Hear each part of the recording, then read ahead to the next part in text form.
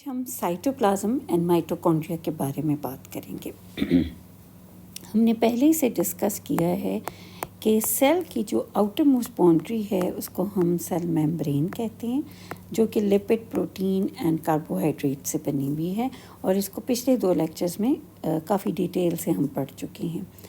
उसके बाद सेल के अंदर साइटोप्लाज्म होता है और सेल का न्यूक्लियस होता है। सिवाय आरबीसी के, जो मैच्योर आरबीसी हैं उनके अंदर न्यूक्लियस नहीं होता, अदरवाइज सेल के अंदर जो है वो एक न्यूक्लियस होता है। ये हम यूकैरियोटिक सेल की बात करें। साइटोप्लाज्म एंड न्यूक्लियस को कंबाइन हम प्रोटोप्लाज्म कहते हैं। आज चूँकि हमारी सारी डिस्कशन होगी साइटोप्लाज्म के बारे में, तो साइटोप्लाज्म का ये है कि it is 90% it is made up of water, और ये आपके पास सॉल्यूशन की फॉर्म में होता है, या तो ट्रू सॉल्यूशन के जिसमें आपके पास जितने भी आयंस हैं वो डिज़ोल्व फॉर्म में होते हैं, या फिर ये कोलॉइडल सॉल्यूशन होता है जिसमें लार्ज मॉलिक्यूल्स जो हैं वो कोलॉइडल सॉल्यूशन बनाते हैं with in the cytoplasm. In large molecules में से एक एग्जांपल आपके पास प्रोटीन्स की है। ये जो कोलॉइडल सॉल्यूशन है ये आगे से 2 तरह का होता है, या तो ये साइटोसोल होता है। साइटोसोल का मतलब क्या होता है? वो वाला साइटोप्लाज्म का पोर्शन जो कि लेस विस्कस है, and that is towards the nucleus, तो उसको हम साइटोसोल कहते हैं। साइटोजेल जो है that is towards the cell membrane, and ये प्लाज्मा मेम्ब्रेन की तरफ होता है, and it is more viscous, इसलिए इसको साइटोजेल कहते हैं। So this was about the its solution. अब हम बात करेंगे कि साइटोप्लाज्म में के अंदर और क्या क्या चीज़ें हमारे पास मौजूद होती हैं, तो उनको हम डिस्कस करेंगे।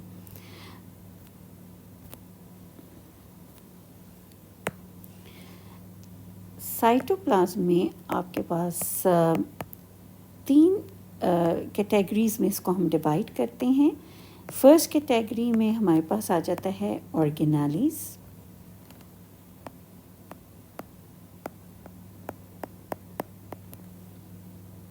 सेकेंड कैटेगरी में हमारे पास आ जाता है साइटोस्केलेटन, एंड थर्ड हमारे पास आता है इंक्लूजन्स। ऑर्गेनेलीज देन अगेन 3 तरह के होते हैं। Double membrane bound,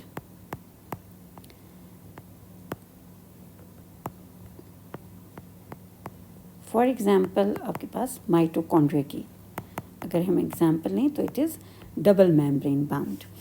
then is the single membrane bound, जिसमें आपके पास सारी चीज़ें आ जाती हैं, एंडोप्लाज्मिक रेटिकुलम, गोल्गी अपरेटस, और lysosomes, vacuoles, peroxisomes, all are included in the single membrane bounded organelles.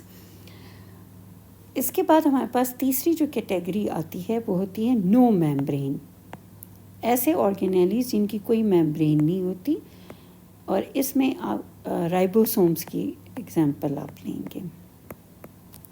Ribosomes आपके पास 2 तरह के होते हैं, either they could be free और they are bound to the endoplasmic reticulum, thus forming the rough endoplasmic reticulum. इसमें जो free ribosomes हैं they are involved in the protein synthesis, जो कि यूटिलाइज करेगा सेल खुद, यानी जो सेल खुद यूटिलाइज करता है जिन प्रोटीन्स को, they are prepared by the free ribosomes, whereas वो proteins for example enzymes, hormones, जो कि आपके सेल्स बाहर एक्सक्रीट करते हैं, एक्सोसाइटोसिस होती है जिनकी, वो they are formed and prepared by the rough endoplasmic reticulum के ऊपर जो राइबोसोम्स होते हैं वो सिंथेसाइज करते हैं। ठीक है, उसके बाद साइटोस्केलेटन भी 3 तरह का होता है on the basis of the diameter. Microtubules सबसे थिक होते हैं, फॉलोड बाय इंटरमीडिएट ट्यूब्यूल्स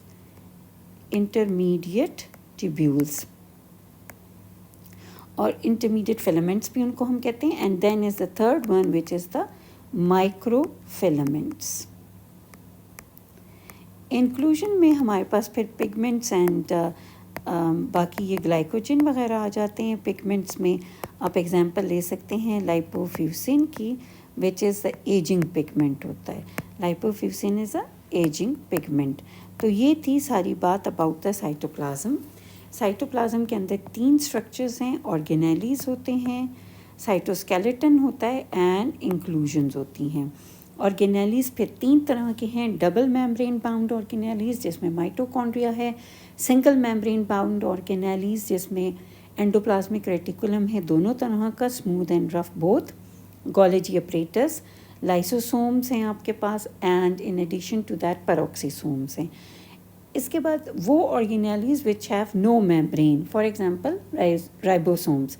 और राइबोसोम्स फिर आगे से 2 तरह के होते हैं, either they can be free और they can be bound to the rough endoplasmic reticulum. And the free ribosomes, they are involved in the protein synthesis, those proteins which the cell need itself, for example hemoglobin. And the ribosomes which are attached to the rough endoplasmic reticulum, they synthesize those proteins which the cell send to the exterior, यानी आपके जो मुख्तलिफ type के enzymes होते हैं। इसके बाद cytoskeleton की बारी आती है। Cytoskeleton on the basis of diameter is divided into microtubules, intermediate filaments and microfilaments. Microfilaments में आप एग्जांपल लेते हैं एक्टिन एंड मायोसिन की। उसके बाद आपके पास इंक्लूजन्स आ जाती हैं। तो इंक्लूजन्स में आपके पास 2 तरह की इंक्लूजन्स होती हैं, पिगमेंट्स हो सकते हैं, ग्लाइकोजन हो सकता है, या और आपके पास चीज़ें जो हैं वो इंक्लूजन्स बना सकती हैं। So this was about the cytoplasm. अब हम बात करेंगे माइटोकॉन्ड्रिया के बारे में।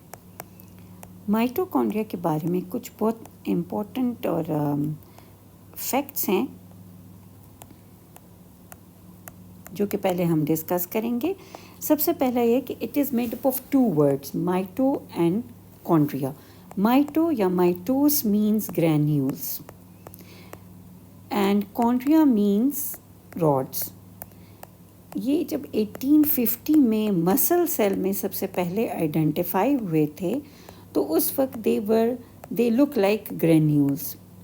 तो इस वजह से इसका जो और रॉड्स एंड ग्रैन्यूल्स की फॉर्म में होते हैं, तो इस वजह से इसको हम माइटोकॉन्ड्रिया कहते हैं। They are absent in RBCs, they are maternal in origin. ये आपको जो स्पर्म है उसका चूँकि सिर्फ हेड ही फर्टिलाइज करता है एग को, तो उसका जो माइटोकॉन्ड्रिया होता है that is in the middle piece, जो कि बाहर ही रह जाता है। तो जितना माइटोकॉन्ड्रिया आपके पास है that is maternal in origin. It divide by fission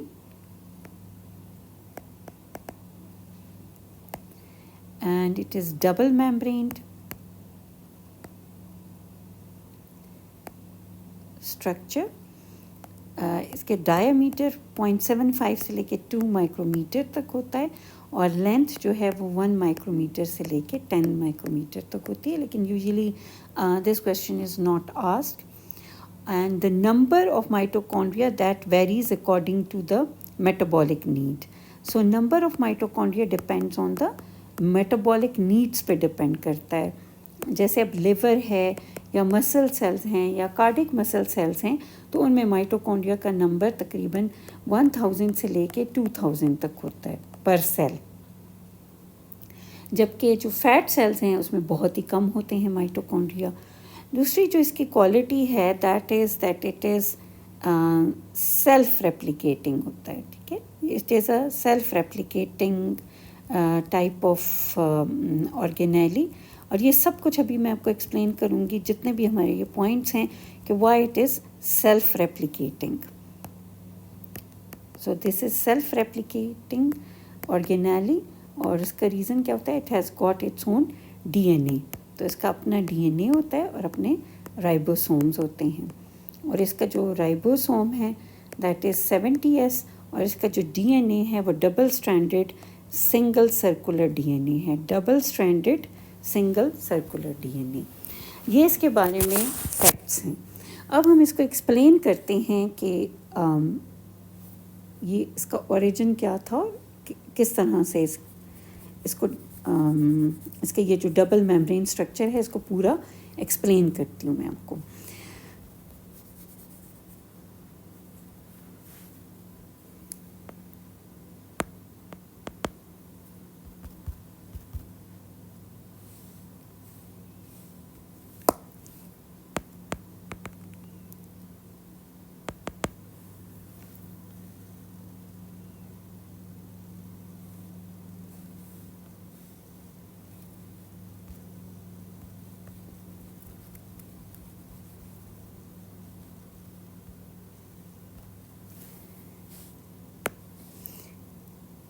according to the endosymbiotic theory, एक एंडो सिम्बायोटिक थ्योरी है जो कि थ्योरी ऑफ एवोल्यूशन में, जब आप एवोल्यूशन का चैप्टर पढ़ेंगे सेकंड ईयर में, उसमें आपको ज़्यादा ये चीज़ समझ आएगी। लेकिन उसमें एक एवोल्यूशनरी थ्योरी है कि जिसके अकॉर्डिंगली आपके पास जो प्रोकैरियोटिक सेल्स थे वो उन्होंने उनसे फिर आपके पास यूकैरियोटिक सेल्स बने थे। तो ड्यूरिंग एवोल्यूशन ये जो माइटोकॉन्ड्रिया है that is actually a prokaryotic cell, जो कि दो प्रोकैरियोटिक सेल्स ने मिल के एक यूकैरियोटिक सेल बनाया था। और इस तरह जो माइटोकॉन्ड्रिया है it is actually a prokaryotic cell. और इसका प्रूफ वो 3 तरीक़ों से दे रहे होते हैं। नंबर 1 ये है कि इसकी जो आउटर मेम्ब्रेन है that is derive from the cell, जो कि यूकैरियोटिक सेल की तरह का होता है, और इसकी जो इनर मेम्ब्रेन है उसका स्ट्रक्चर इसकी आउटर मेम्ब्रेन से डिफरेंट है। तो एक तो इनर एंड आउटर मेम्ब्रेन का डिफरेंस है कि inner membrane is structurally different from outer membrane, एक ये फ़र्क है, डिफरेंट फ्रॉम आउटर मेम्ब्रेन है। और दूसरा जो इसका इशू है ये है कि इसका जो डीएनए है वो प्रोकैरियोटिक सेल की तरह single circular double stranded DNA है। थर्ड ये है कि इसके अंदर जो राइबोसोम्स मौजूद हैं वो 70S हैं, just like the prokaryotic cells. तो ये जो फैक्ट्स थे अबाउट द माइटोकॉन्ड्रिया, तो अकॉर्डिंग टू दिस इन्होंने कहा था कि इसका एंडोसिम्बायोटिक ओरिजिन है। अब इसके स्ट्रक्चर को अगर हम देखें, so this is very important for you to learn. बहुत सारे MCQs आपके इसके सॉल्व हो जाएंगे। ये इसकी है आउटर मेम्ब्रेन जो कि लिपिड बाइलेयर है। ये इसकी इनर मेम्ब्रेन है which is thrown into folds, जिनको हम इन फोल्ड को हम क्रिस्टी कहते हैं, जो कि बेसिकली इसका सरफेस एरिया को इंक्रीज़ करता है। अब ये जो एरिया है in between these two membranes, this is known as intermembrane space. It is known as intermembranous space.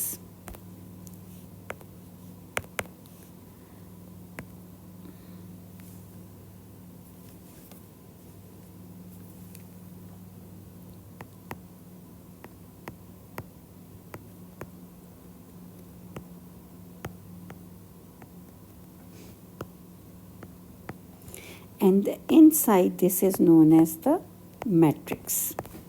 ये हो गया इसका structure.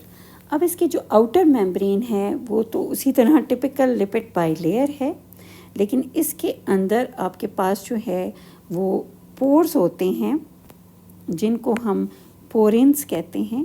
And basically there is these are the pores which are present in the outer membrane which allow the free passage of ions and molecules into the intermembranous space. और इस वजह से जो composition है इधर इसकी इंटरमेम्ब्रेनस स्पेस की और जो साइटोसोल है जो कि बाहर है, इनकी एक ही जो है वो केमिकल कॉम्पोजिशन होती है। तो ये जो आपके पास पोरेंस होते हैं they are present only in the outer membrane. जबकि अगर हम इनर मेम्ब्रेन की बात करें तो इसका जो फॉस्फोलिपिड है, जो इसकी भी लिपिड बाइलेयर ही होती है ना, तो इसके अंदर जो फॉस्फोलिपिड है, मैंने आपको बताया था जो सेल मेम्ब्रेन के अंदर फॉस्फोलिपिड है दैट इज़ लेसिथिन।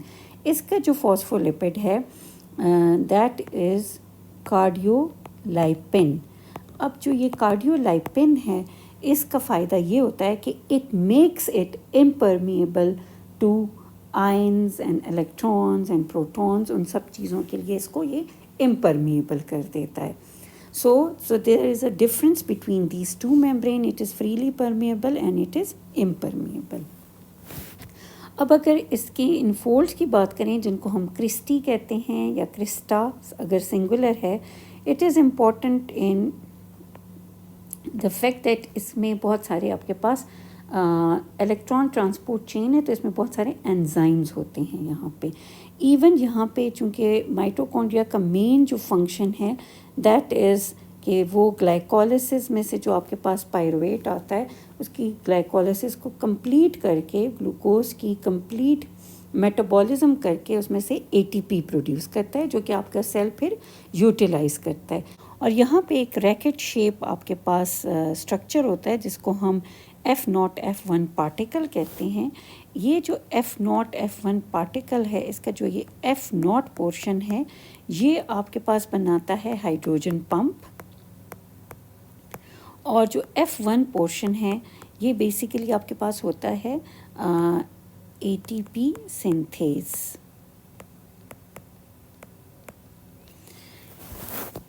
आपके पास जो क्रेब्स साइकिल है और जिसको हम TCA कहते हैं, और आपके जो फैटी एसिड का बीटा ऑक्सीडेशन है और वो सारा कुछ इस मैट्रिक्स के अंदर हो रहा होता है।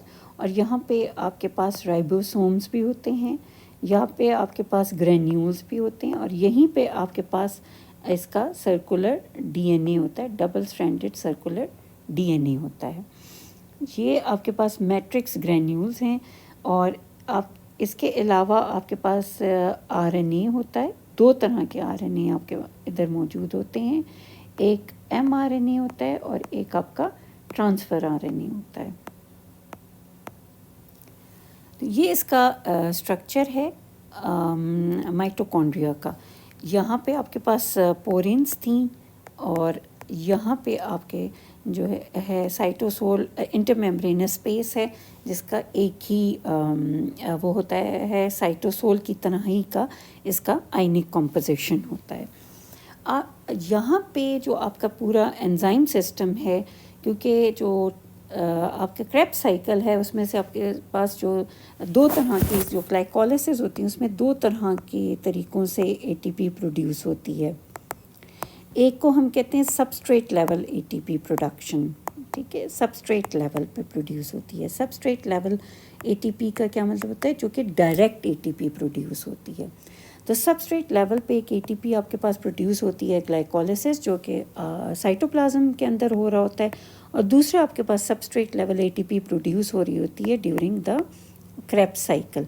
बाकी आपके पास जो ATP है वो इस तरह से आती है कि जो NADH बनता है और FADH बनता है, FADH2 बनता है during the whole process of metabolism of glucose within the mitochondria, और NADH जो आपके पास ग्लाइकोलिसिस में बन रहा होता है।